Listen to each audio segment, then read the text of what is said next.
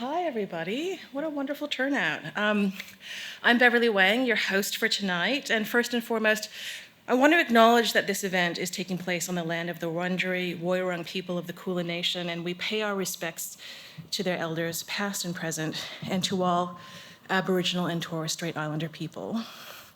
What an amazing crowd that has come out to see you, Rebecca.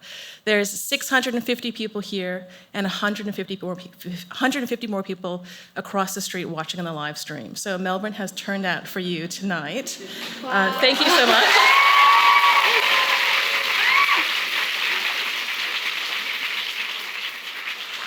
And you're also lucky to be here at the Soul Ed event. It's Rebecca's Kuang's only Melbourne event where she's going to be talking about this brilliant book, Yellowface. There will be 15 minutes at the end for your questions, so we want to get as many as we can, so please be ready when that time comes around. There will be roving microphones around you. Now, before I introduce Rebecca, I just want to have a show of hands. Who has actually read Yellowface already? Great. This is good. Okay, so we don't have to worry about spoiling anything. We can talk. No, I mean, she chokes on a pancake in the first chapter, and that's like the main spoiler. Oh, no! You ruined it for me. Okay. So you all know that this book, Yellowface, written by Rebecca F. Kuang, skewers the publishing industry, diversity, Twitter culture wars, and jealousy. It's about a white woman named Juniper Song Hayward, who watches her more successful Asian author frenemy choke to death, then steals her manuscript and publishes it as her own, and drama and delusion ensue.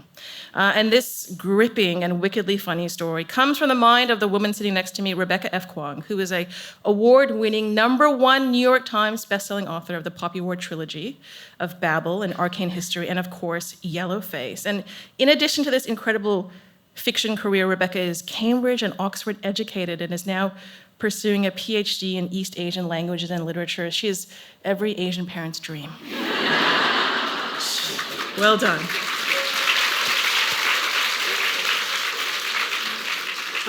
Rebecca, I'm so looking forward to speaking with you tonight. It's such a privilege. Can I just start by asking about Juniper Song?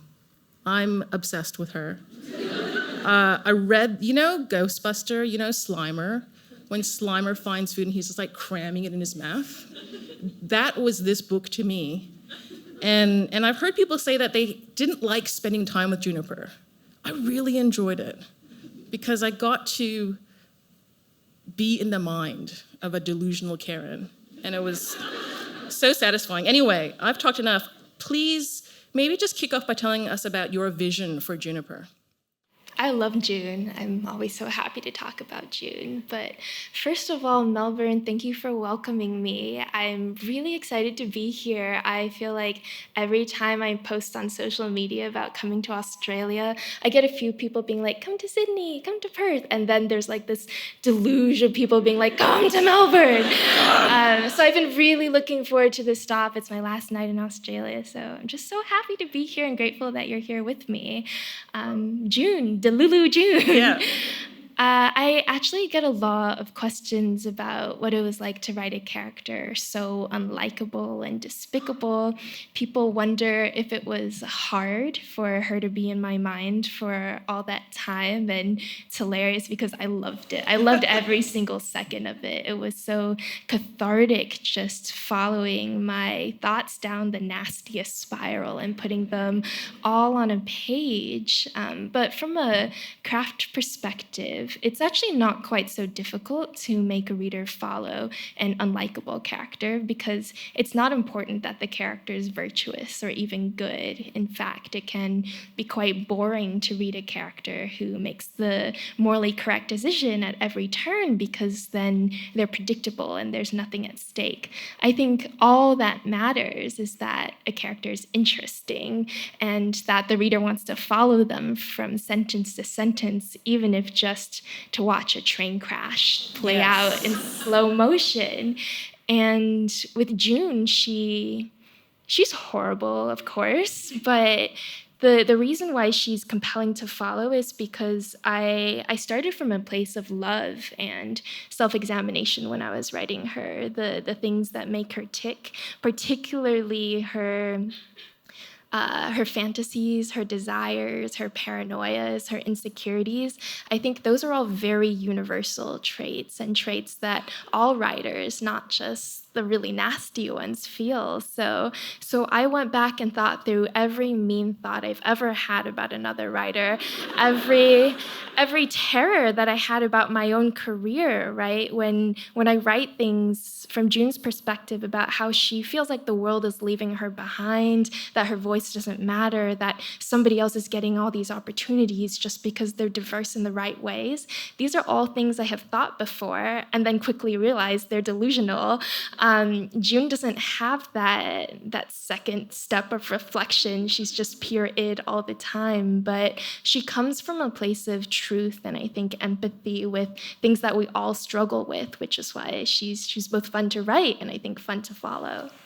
Yeah, but when you talk about train crash, I feel like there's so many moments. Every time you think you go on this arc where it's like you almost start to feel sorry for her, right? Because she's so troubled, she's haunted, she's tormented.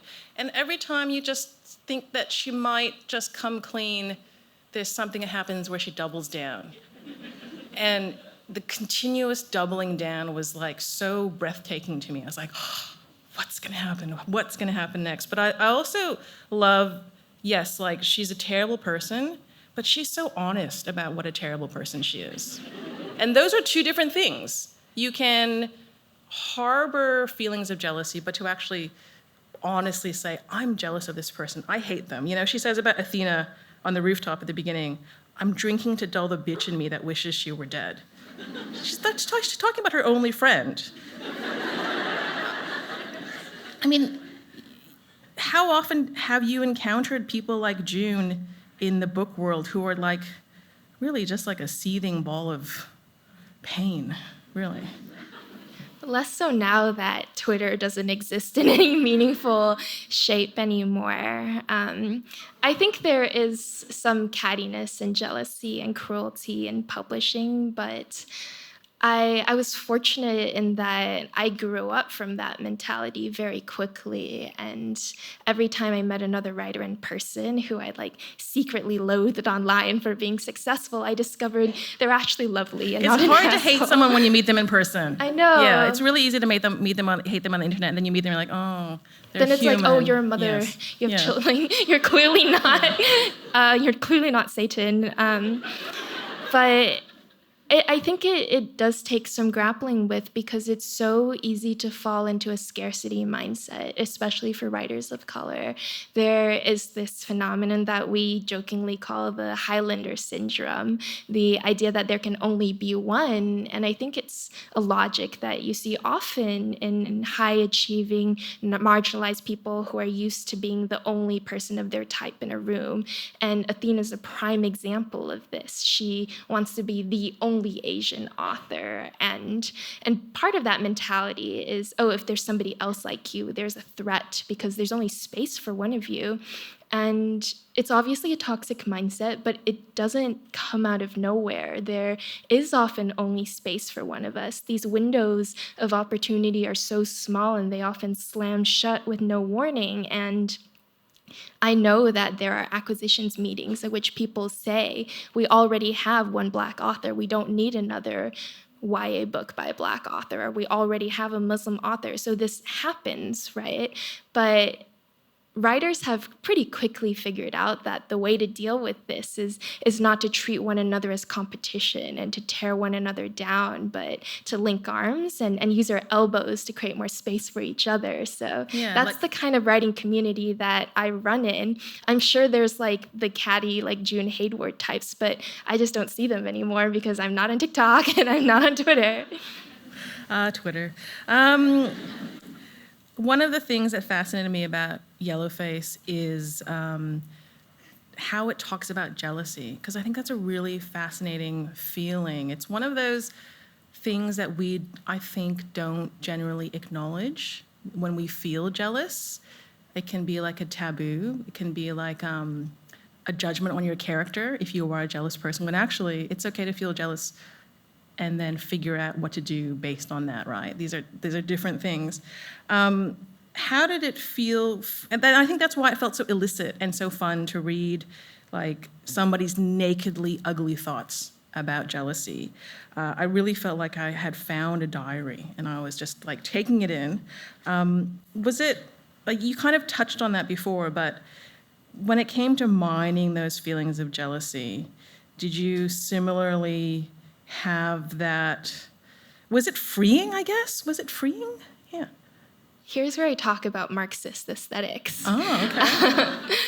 There is this scholar named Sian Nai who, in addition to a book called Theory of the Gimmick, which is about the gimmick and late capitalism, she also has this book called Ugly Feelings, where she theorizes about the petty, the minor, the ugly feelings in art and literature that kind of stand in contrast to the major noble feelings that we're used to seeing in like Greek epics, right? So things like rage and passion and lust and grief. These are big, proper feelings that proper literature is supposed to be about. But nice thinking about the minor irritations and envies and frustrations that simmer under the works of our current cultural moment. And I remember reading her chapter on envy, and as you said, how does jealousy reflect on the person who feels jealous?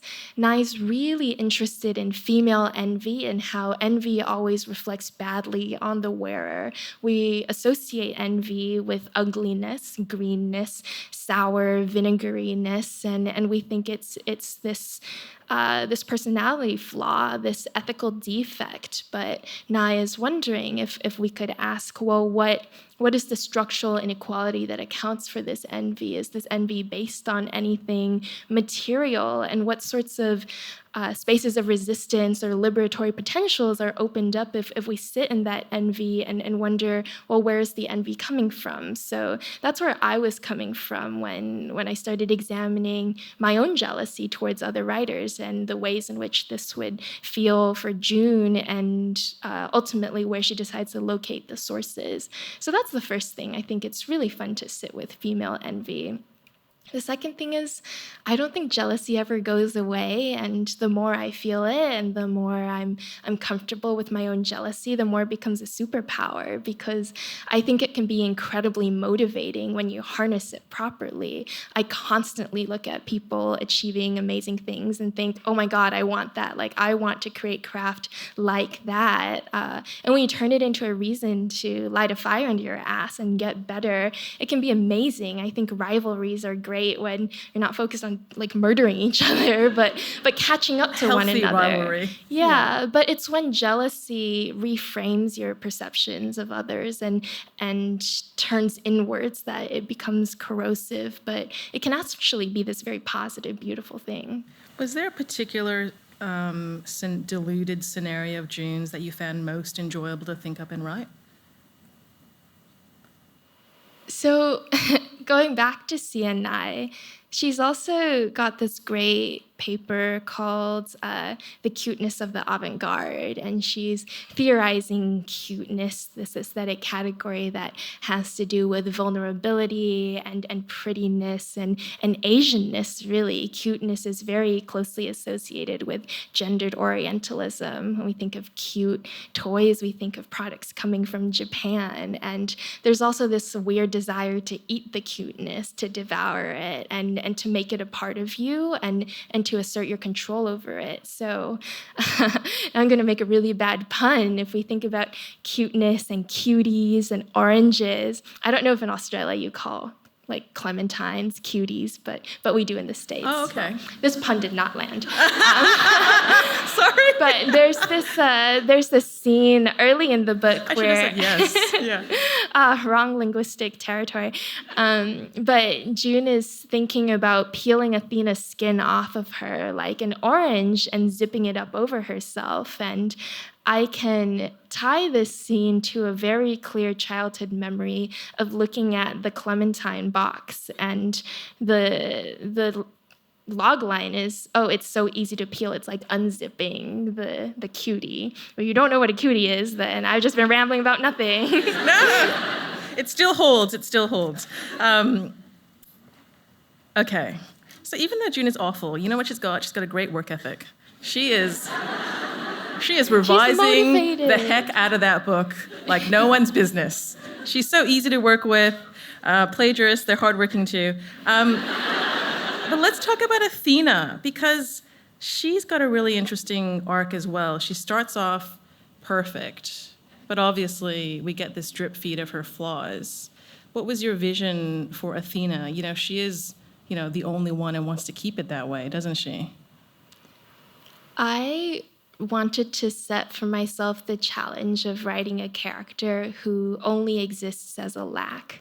So Athena, aside from the first chapter, never gets to speak up for herself. And the way in which she dies is a way that robs her literally of her voice. She can't even scream for help. And then once she's gone, she's just this absence against which everybody fills in their projections and paranoias and jealousies. But you get all these contrasting versions of Athena from people who loved her or hated her, and you finish the book not really having gotten to know Athena at all, because she can't speak up to defend herself, and everybody has an ulterior motive for the version of her they're offering. So if you believe the best version of Athena, then she's just so annoyingly perfect and pretty and talented, this perfect ethnic diverse victim. And the worst version of Athena, which June believes in, and which I think has some truth to it, is somebody who got way too successful way too quickly and has a really fraught relationship with their position as a cultural token and all of the cultural capital she's accrued from being the only person in the room who looks like her, really being the spokesperson of the Chinese American community to a white audience, and is so obsessed with clinging to this position at the top that she turns around and does things like actively reject overtures for advice and mentorship from younger writers. I was fascinated in that dynamic. I've observed it before, and I wanted to understand why somebody would do this. And the clearest reason is that they feel threatened. And she obfuscates and lies and is intellectually dishonest a lot of the time about the very sources she's working with and the community histories that she's chosen to represent. So I wanted to problematize the idea that anybody can be a perfect representative for a marginalized community, because that's the lie we like to construct around the few people of color who gain visibility. Yes, yes, indeed. I'm curious about how you have dealt with like the growing popularity of this book that skewers the industry in which you operate. I think that's a really interesting and kind of it's a tricky thing, isn't it? You know, there's a point in the book where Reese Witherspoon gets name checked, right? And here I have a copy of the book, and it's like Reese's Book Club is stamped and badged on the front cover of the book. And for me, I was like, whoa, what's happening here? There's also a moment where June name checks Gemma Chan and says that Gemma will play Athena. And then Gemma Chan read the book and was like, great book. Yeah, so there's just like this inception moment, you know, fiction meeting reality. How do you, I mean, obviously, as an author, you want success, right? You don't write a book so that people won't read it and won't be affected by it. But as these kind of crossover moments happen for the trajectory of the real life book and what's happening in Yellowface, I mean, how has that felt for you? I'm actually thinking a lot about the limits of satire. Because there is this interesting paradox that this book that skewers the publishing industry then turns around and really just feeds the bottom line of the industry's profits. And this is a phenomenon that a few people have commented on. It's something that happened with Zakiya Dalila Harris's book, The Other Black Girl, as well. So I have been looking at scholarship, including by Sarah Bruyette, who works on the artist position in neoliberal societies, and what are the limits of agency, of resistance, of writing within the craft if you rely on the system for distribution and consecration. And to make this discussion a bit more concrete, I wonder if anybody's seen Cord Jefferson's film American Fiction. It just won an Oscar for Best Adapted Screenplay, That's right, I yeah. think. And I read the novel Erasure by Percival Everett, which I think is much better. I think the film waters down most of the punch of the book. And I see this problem coming up over and over again, where you have this work that really pokes fun at whiteness and is satirizing all the worst representations of marginalized folks and industries, but and I wrote about this in my review of that film for Time. I think there's always a moment where the joke stops being funny because we've heard it so many times that the laughter rings hollow, and it's like, okay, like what other horrible scenario are we going to hear about? And the thing is that these satires always then have to be balanced by proof of what kind of story you would be free to tell, what kind of story you would prefer that people pay attention to if we're not so caught up defending our very fact to exist or take up space. And this is the brilliance of Percival Everett's book, Erasure, that American Fiction's based on. It juxtaposes the awful my pathology, which is the racist caricature that the main character puts in front of his audience that paradoxically becomes a bestseller. But that's not the heart of the book. The heart of the book is this other really complex and layered family story about the monk family that is so much more compelling and delicate and subtle. And it's saying, oh, if you weren't so obsessed with reading one type of Black story, this is what you could have instead. So I think necessarily all satires have to be balanced with, well, what are we doing looking to the future? What art do we want instead? And that's why for now I'm done writing satires. I will ask you what you're up to next soon, but let's keep going in this vein. I read that your agent initially tried to dissuade you from writing Yellowface because obviously she didn't think the publishing industry would take to it. They clearly did. Was that at all surprising to you, that they would fall over themselves to do it? Well, so the story of how Yellowface finally made its way to publication is a bit weird. I did not tell my agent I was working on the book because it was mid-2021 and we were all in lockdown and everybody was losing their minds a little bit. So I was just writing furiously and failed to communicate with her at all about what I was doing. And then I finished the first draft and it plopped in her inbox and I said, it's a bit different, gear change. What do you think? And she took a few days and then emailed me back just asking if we could have a phone call.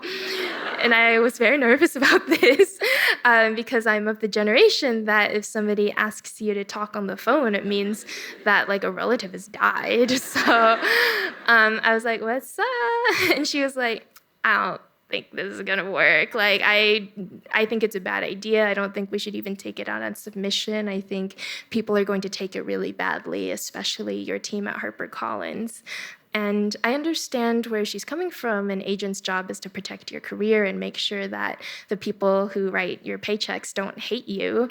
So I sat with that for a moment, and then I went back and asked her to please take the manuscript to her colleagues for second reads, and she did. She took it to the head of her agency, who is more well-versed in literary fiction and that part of the market, and she came back and said, no, I think this book works. It's a little out there, but if we package it right, we might be able to convince somebody to publish it. So that's why my agent is still my agent. At that point where she didn't believe in the manuscript, she believed in me, so she really stuck her neck out on the line for me, and they put it on submission, and they brought it first to my current and only publisher. I've been with HarperCollins my entire career, and again, they were a bit like, here's a book, and they were like, respectfully, what the fuck? Yeah, was that awkward? So it was fascinating because The guy I work with on my editor for my fantasy novels, David Pomerico, he's this white dude. We have a great relationship. It's been up and down over the years, but trending upwards. He was like, I don't think I'm the right, rightfully so, he said, I don't think I'm the right editor for this book. So they passed it to May Chen, who works in William Morrow, the imprint that does literary fiction. And they set up a video call between me and May. And the first thing I asked May was, did they foist this book on you because you're Asian American? And she's one of the very few Asian American women at that level in publishing. And she said, honestly, that was my first concern. And then I read the book and I actually like it. But the fact that we could talk that honestly from the get-go made me realize, oh, she does understand this manuscript. I do have an ally here. I think we can do something really cool. And then it was full speed ahead from there. And how are you feeling all along this way? You know, you hit send, you're like, haha, try something different. Were you expecting people to come back and say, oh, I don't think you should try this? I thought that was a very real possibility, but it was a strange time for me because I just started my PhD program and my partner was in the hospital a lot that semester, and I just wasn't thinking straight. I think like if there had been slightly less going on, I would have thought, oh God, like let's slow this down. Maybe this is a bad idea. But I was just like, whatever, Hana's my agent. I was like, send it out, like let me know. And then it became other people's problems for several weeks. And now we are where we are. Here we are, you know, full house. How long did it take you to write that first manuscript that you sent off? I think between 1 and 2 months for a clean first draft. But I have to emphasize this is not my normal writing speed, and I will never write that quickly again. It's because we were in lockdown and I had nothing else to do. So wait, just talk about that, what those 2 months looked like when you were writing this book. Like, what were your days like? So I was living in Melbourne, Florida, which is Melbourne. Not as fun as Melbourne, Australia, because they don't know what Asian food is. And I was making pizza at home every night, and the pizza was actually quite good because it was so warm and humid that the dough rose very well, and the yeast were happy. The yeast was the only thing happy during that time. So we ended up in Melbourne initially because my partner's mother lives there, and it's always a great idea to live out a pandemic with your mother-in-law. And we thought this would be over in a few weeks, and then weeks stretched into months, and then we moved out and we got our own place. But little did we know that in those parts of Florida, there are neighborhoods that have restrictions on how many people under 65 are allowed to live there because they don't like the noise and the vitality, I guess. So we were in a retirement community for a long time, and we had no friends, nobody to take walks with except for my partner's mother. And then we moved to an apartment complex that had slightly younger people, but nobody we knew. So it was just so dull that the funnest thing to do was just work on my book all day. So I would wake up and I would start the pizza dough, and then I would do a pathetic little pop sugar workout in our office/gym/bedroom, and then I would sit down to write, and it passed by in a blur because when your days are that monotonous, every day is the same. Well, I guess that's a silver lining of the pandemic because now we have this book to talk about. 2 months, there was a gasp, wasn't there, when you said that? That was incredible. I am curious to hear about reader responses because, I have a gut feeling that Asian people have really responded to this well. But has it surprised you how much white readers have liked this book, considering how much Yellowface skewers whiteness? In my review of American fiction, I make this argument that we only laugh at a joke when we are sure that we're not part of the punchline. And I think part of the weakness of the film and the strength of the book is that it really lets a certain kind of liberal reader off the hook. You think, oh, haha, I would never behave so extravagantly, clownishly, overtly racist, so I can just safely laugh at everybody because this is not about me. And I wonder sometimes if a similar thing is going on with Yellowface, or if just a weakness of the book is that it makes the target so clownishly obvious that it lets everybody else off the That hook. June is so deluded that real life people who do think those thoughts just think, well, I'm not like that. Yeah, but then another piece of book talk drama erupts and then it makes its way to the New York Times and I think, my God, June wasn't delusional enough. It's true. It's true. It's true. I mean, I have particularly been wondering how it goes down with people who might be in a Reese's book club. You know, there is like a white lady book club kind of stereotype that exists because it actually does exist in the world. And many times I've kind of wondered, I would like to be in the room invisibly listening to the white ladies talk about Yellowface. I mean, hashtag not all white women, okay? I just let's be clear. But do you have any intel about how it goes down in those kinds of book clubs? It's probably a lot of fun. I have some complicated thoughts on these book clubs, Yeah. and it's a source of frustration for me when people caricature them. And I've been thinking about the White Lady Book Club for a long time because somebody I used to work with on publicity, who's a good friend still, she told me discreetly that during acquisitions meetings, when editors are trying to decide if a book will become a bestseller, they ask, is this going to appeal to the Southern Ladies Book Club? Because that's the demographic we need to hit. And this is the logic that I think has made our bookshelves so frustratingly homogenous. But the thing is, I've toured quite a lot across the US now, and I have met a lot of women in those book clubs, and they are very curious readers, and they are hungry for stories outside of what's being served up to them at Barnes and Noble. And I had this suspicion for a long time that the problem is not the readers. It is what the industry has already decided the reader wants. And then actually, while I was on a very long flight over here from LA, I was reading a book of Marilyn Robinson's essays, and there's one called Imagination and Community. And she argues, well, when you write with an idea of external expectations of the market, this is a form of condescension because you've already decided to disrespect the reader and you've decided to disrespect yourself and to dumb down your writing to cater to a reader that you don't even know exists.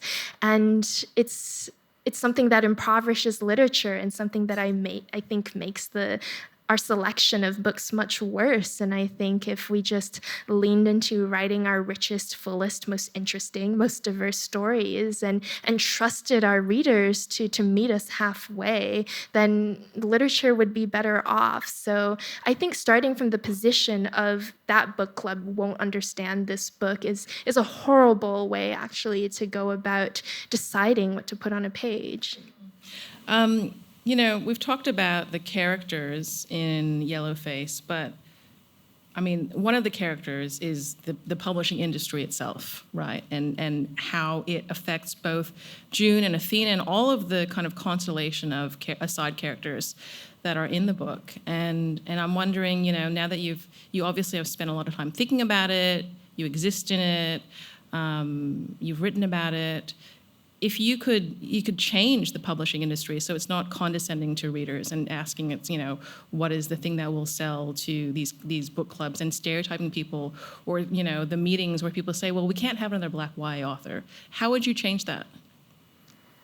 The room has to look different. The room where it happens has to look less homogenous. And the question is, how do you make it look different?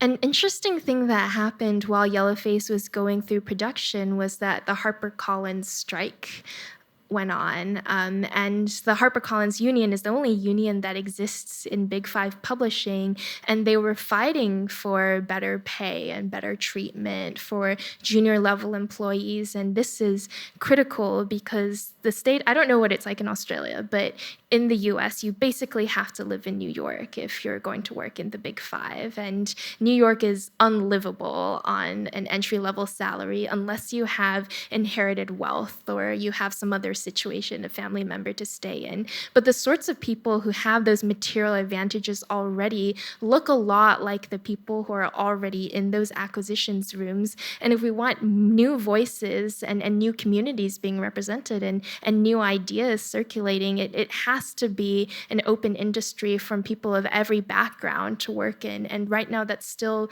like flatly impossible. We see job listings going up all the time for editorial assistants, marketing and publicity assistants, because it's not just editorial, right? It's all these millions of decisions made across every department. And it's like, aha, $40,000 to live in New York. And that like does not cover rent. That doesn't cover rent if you're living with multiple roommates, and then you have to think about healthcare and groceries, et cetera. It's impossible. Yes, yeah, that's not very much money at all for that city. So you've done fantasy, historical fantasy. You've done satire. You just said that. I think I heard an interview with you where you said that you don't look backwards when it comes to the genres that you write. So is that correct? So you're done with fantasy. You're not going to go back. No, I'll go Okay. back to fantasy. Okay. I'm But you're- writing fantasy right now. Are you writing a fantasy right now? Okay. And then satire. When you think about the limits of satire, I mean, where do you think? I guess I'm just wondering if there was a next chapter, if we could think about what happens to June at the end of the book, and then Candace Lee, who emerges at the end in a stunning reveal. What would you think might happen to them next? So strictly, if I were going to write a sequel to Yellowface, it would be after I get to work in production for the TV show and understand how Hollywood works, and then I would skewer Hollywood. Yeah. There's a trajectory there. So hopefully all the things You line get all up the- properly yeah, for me yeah. to have that chance. But in terms of what is actually next for me creatively, as I've said in my discussion of Cord Jefferson and Percival Everett, I'm now so much more interested in if the targets of satire went away, then what sorts of stories would we have space to tell? So I'm interested in going back and just doing the straightforward storytelling about my community. What kind of representation of Asian Americans in literature do I want to see? How do we engage with tropes like immigrant trauma and people making fun of the shape of your eyes and people making fun of how your lunch smells? How do we move past that? Or how do we tell those stories in a fresh way? And this means going back and paying really careful attention to my family's history and listening to those stories again and writing something that is a lot more personal and closer to the heart and scarier than any project I've done before, because I've always had the protective distance of fantasy when I was writing about my family's experiences. And I think I've finally grown enough as a writer that I can look at them directly and write about them head on. So that's what I'm trying out now. That's great. I'm sure you get a lot of people asking you for writing advice, especially young authors. What do they most want to know from you? Oh, they just ask, like, what writing advice would you give me? Which is a great broad question because then they don't have to think of anything more specific. But So what's your specific writing advice then? Let's get that out of the way. happily, I have answers that I think are pretty good and universally applicable. I hate writing advice that's like, you must write 500 words a day or you must write with incense. A friend did. So a good friend got me like an incense lighter for Christmas, and she was like, it's great. I like to light it before I write. It's a ritual, and I tried it. And my fiance came home, and he was like, and And it did smell horrible, and we were all choking, and our oxygen levels went down, so I don't do that anymore. Okay. But I think what every writer can benefit from is first reading as broadly as you can, reading across as many styles as you can, not being picky or snobby or intimidated by different literary types, but just being hungry to absorb it all, because not everybody is able to attend an MFA program. I didn't. Not everybody can pay for craft classes all the time. I didn't. But everybody has access to a library, and there are thousands and thousands of authors who are just there on the shelves ready to serve as your free writing teachers if you read them carefully and critically with an eye for what's working and what's not. And I do this constantly in an effort to improve my craft, and you can do that every day. The other thing is to read in another language if you have it, and to read in translation if you don't have another language, because we just move through the world in a completely different way when we think in a different language. The imagery is different, the metaphors, the cultural allusions. An example I like to give is in English, right? Like basic concepts like space and time, things that we think are very intuitively mapped. We think it's obvious that the future is forward, mapped spatially, and the past is behind. And you might not even question this, but it's flipped in Chinese. The future is behind and the past is forward, colloquially. And a teacher in Taiwan explained to me as, well, we can see the past, we know the past, but we can't see the future. So we can only walk backwards towards the future. So if even basic concepts like space and time aren't the same described across languages, then imagine everything else that is different, these conceptual frameworks that you have to learn and then map. And if you can do that in Russian or Chinese, et cetera, and bring all of that, those different lenses back into English and figure out ways to crack and shift and stretch English to accommodate that, then your writing becomes really strong and importantly becomes new. And this is why Nabokov is one of my favorite authors, because he's just showing off with English all the time. He came to writing in English later in life. He'd mostly published in Russian, and he was just like, yeah, I can do this. And I'm also going to play with English in a way that nobody's ever seen because I'm looking at it from a defamiliarized lens. So play with genres and play with languages. Okay. I just want to flag that we are going to make time for questions very soon. So when you are ready, in a couple of minutes, there will be roving microphones. So be ready for that. As we are wrapping up this conversation about Yellowface, Rebecca, which has been such great to spend time with you, what do you want people to think about as they read it? What is your hope that people will take out of this book?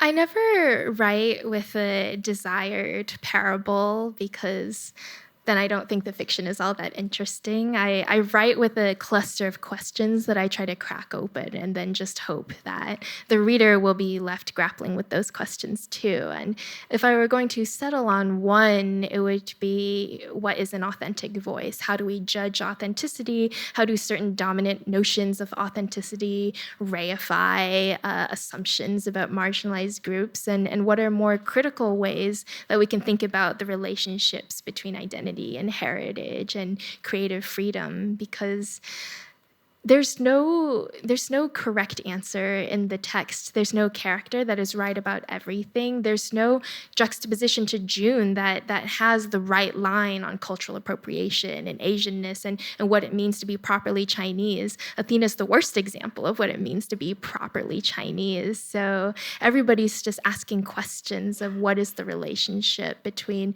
our labels and the lived reality of this complicated individual experience. Yeah, it is interesting, right? Because as June plagiarizes, she actually becomes an expert in her own right. She probably knows more about the last front or the she knows a lot labors than Athena did.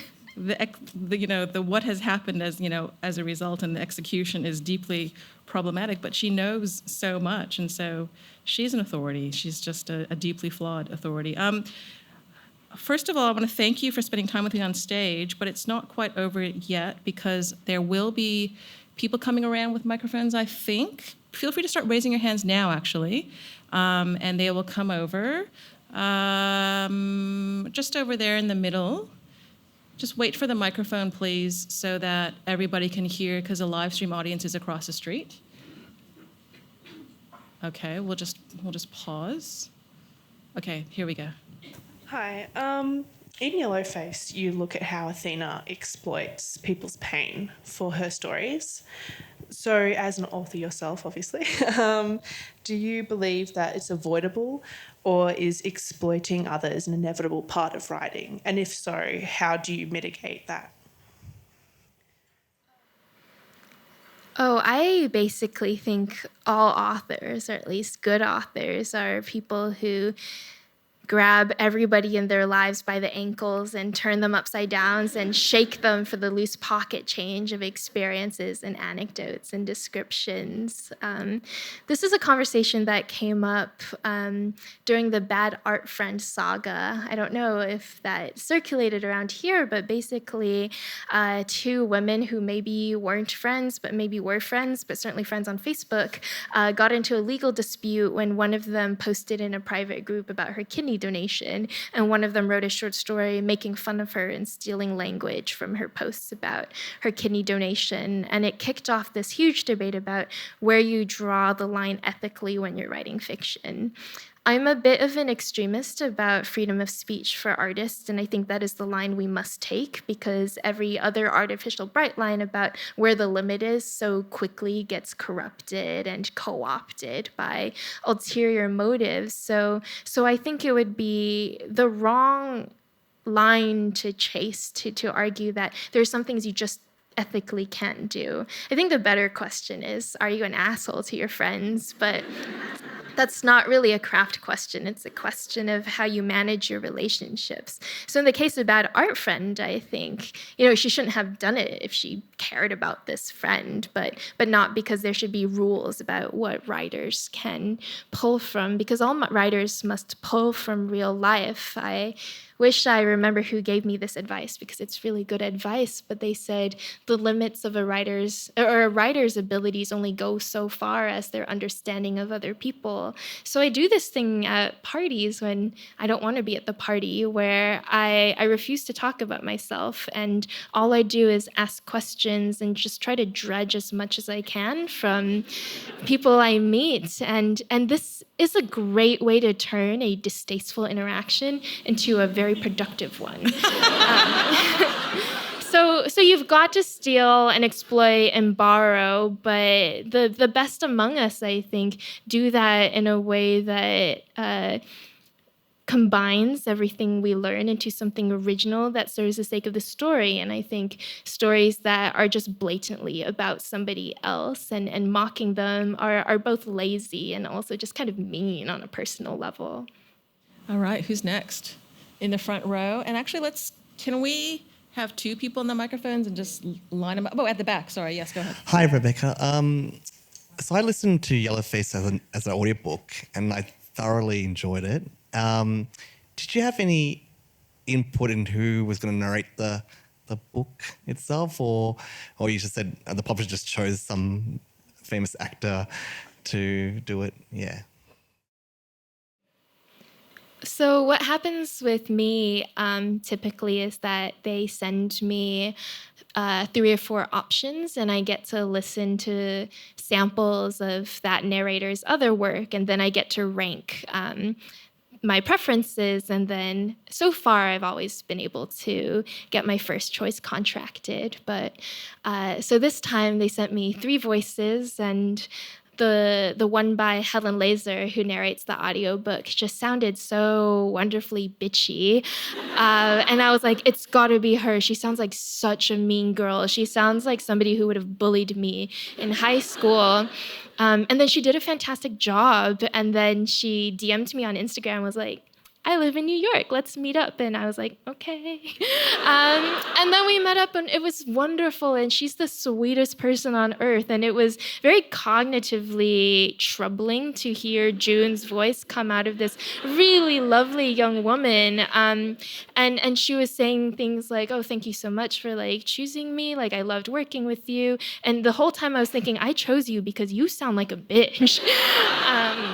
But it's great, and we're friends now, and she's been honored with so many awards for her work on this book, and I've gotten to see pictures of her at awards gala, so it's fantastic. But yeah, strange because she's also the voice of June, who sucks. Down in the front, there's a question, and actually there's a couple, so.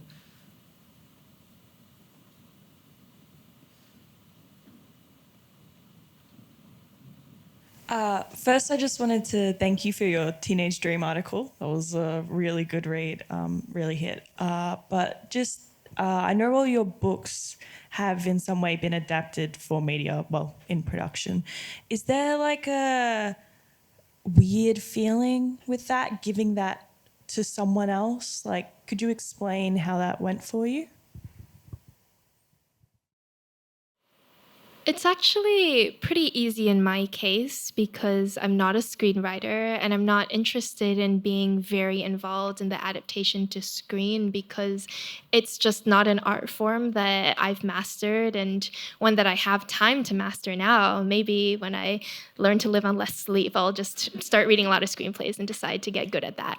But as of now, every time we decide who to sell rights to, I ask, what's your creative vision for this? And they ask me, first of all, like, what does a successful adaptation look like for you? And the example I bring up over and over again is David Lowery's The Green Knight, starring Dev Patel, which came out a few years ago, which is not a faithful, strictly interpreted retelling of The Green Knight, the poem, right? A lot is changed so that the movie almost operates as the flip side of the poem. They're talking about honor and what's worth dying for, or what makes a life worth living in very different ways. But it's an adaptation that complements the story and builds on it.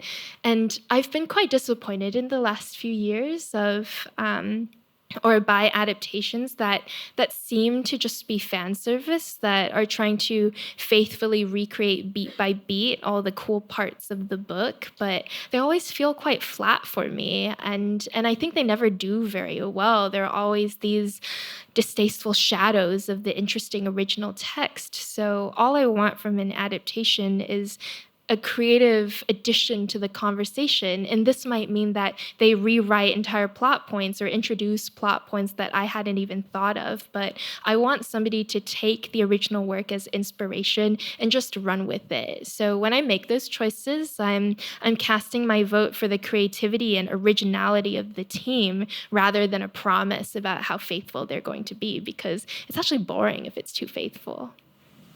Also in the front row. Thanks, Rebecca. Pass it down. I wanted to ask, so I think on Instagram I saw that you're working or thinking about a kind of dark academia piece. I'm curious, as a writer and as a scholar, how you kind of think about yourself and reconcile those two things in your career, and also considering that academia can be quite problematic, not unlike publishing itself, how you kind of feel being in that environment and having stamina for that. I'm not just working on a dark academia piece. I turned it in. It's coming out next year. It's my 6th novel. It's called Catabasis, which is the Greek for the descent to hell. But then the last chapter is called Anabasis, which is the return of some from hell.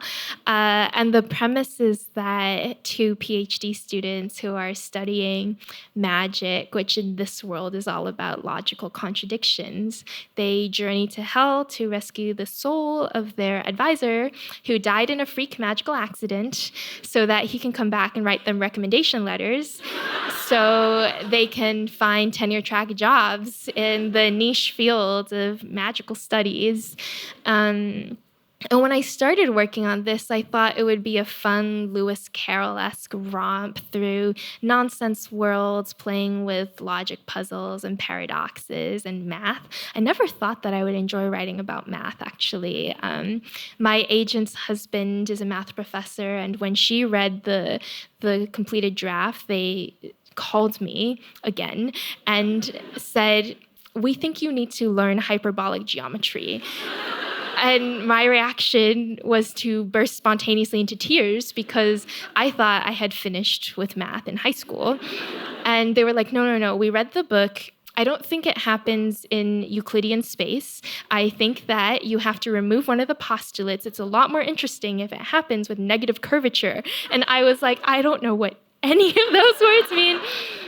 But then they made me watch a lot of YouTube videos, and now I do know what hyperbolic space looks like.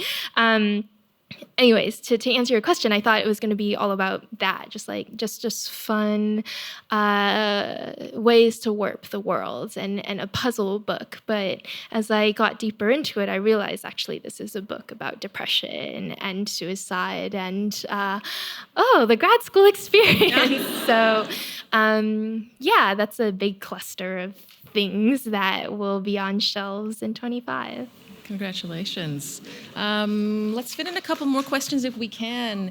Up at the back, someone's waving their hand. And who wants to go after that? We can line it up now. Okay, up in the front. Okay, cool. Hi, Rebecca. Thank you. Well, first, thank you. Reading Babel helped me return to writing, even though it's from an amateur perspective. But anyway, I guess hopefully this is a specific enough craft-related question. Roughly, what is your process if you ever get anxiety around, is this original enough? I've actually never asked myself if I'm original enough. So that's a great question. But honestly, I think the kinds of subjects I'm interested in are already so underrepresented that there is just not a very extensive canon that I could be afraid of copying somebody else. Maybe if I were writing about white kids in boarding school who murder each other, I'd be like, oh no, Donna Tartt already did that. But there's just such a gap in the shelf of stories that are about people who look like me and our histories. And I'm just more interested in the worlds of possibility and what's not been told than worrying about copying the very small slice of canon that already exists. And down here, there's where's the, yeah, right in the front. Thank you.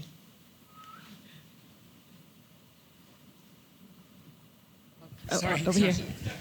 And then. What do you think sorry. makes a sentence or a paragraph or a chapter interesting or compelling or important to a story? There is this great book called The Hour of the Star by Clarice Lispector, who's an author that I've become a huge fan of this year. And there was a paragraph in it that I immediately underlined and typed up and sent to all my friends because it captured so well my frustrations with where my craft was at the time and where I wanted it to be. And I wish I could recite it word by word for you. If I find it, I'll put it online somewhere. But essentially the argument is the word is just the word. It gets straight to the point. It doesn't embellish and it doesn't hide the argument or its insecurities about the position behind subordinate clauses. And I think a flaw with my earlier prose and prose that is generally typical for newer writers or less experienced writers is that there is a fear of being honest about what you want to say and drawing a line in the sand. Rather, there is this attempt to use the most precise and diplomatic language possible to avoid offense. But I think in contemporary literature, there is a dearth of just the word that is just the word. And I realize this sounds very vague and abstract, but I think it has to do with a cluster of concepts like boldness and the willingness to be provocative and the willingness to suffer backlash and to alienate readers if only to get across more cleanly and directly to the readers you're writing for. So don't be afraid and write exactly what you mean. One more Okay, right in the front. Here you go. Lucky Hi. last. So my question is kind of around Athena and some of the criticisms of her. So obviously she is like an ABC or a second generation, and you write about, these people who are writing about Tiananmen Square, but really all they have is loving boba, and she's criticized as a Han supremacist and all these kinds of things. And I'm just interested as what brought that theme into your story? Like, is that a criticism that you've had personally, or like what you think of this conversation? No, it's actually because I study diaspora in my moonlighting job as an academic, and I'm really interested in circuits of movement and interpretations of authenticity and conversations about how Chinese is Chinese enough. And there was a very interesting argument that went on mostly in the 90s.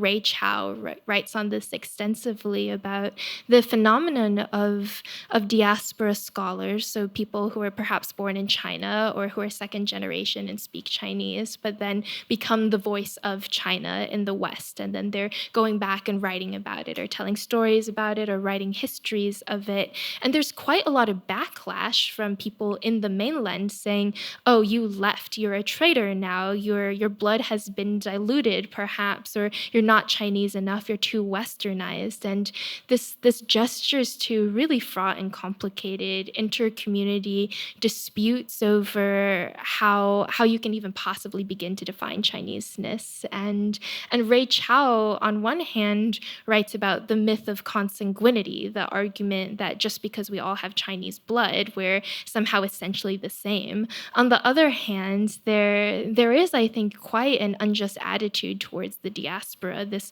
desire to exclude everybody who doesn't live and has grown up and remain attached to the mainland. So these are ongoing conversations. I wish we had hours to talk about them, but through Athena, I wanted to explore a particular intersection of somebody who has all the privileges of the West, but is writing about China in a way that accrues cultural capital. Thank you so much for all of your questions. It's been a wonderful night. Just a few notes before we wrap up.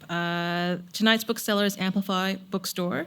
They have pre-signed copies of Rebecca's books available to purchase. So if you need to get somewhere, grab a pre-signed copy. They're ready to go. She's been signing away.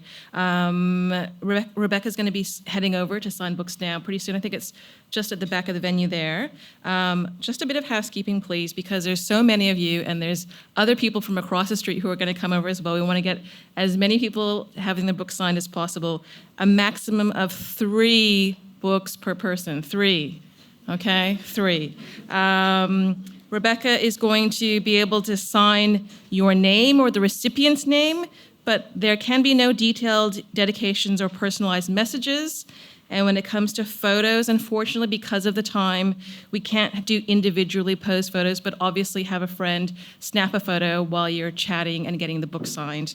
And please, before she heads off to the signing, can we please give Rebecca Kuang a big round of applause?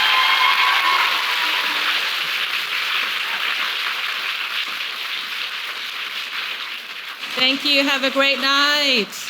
You've been fantastic. Thanks, Melbourne.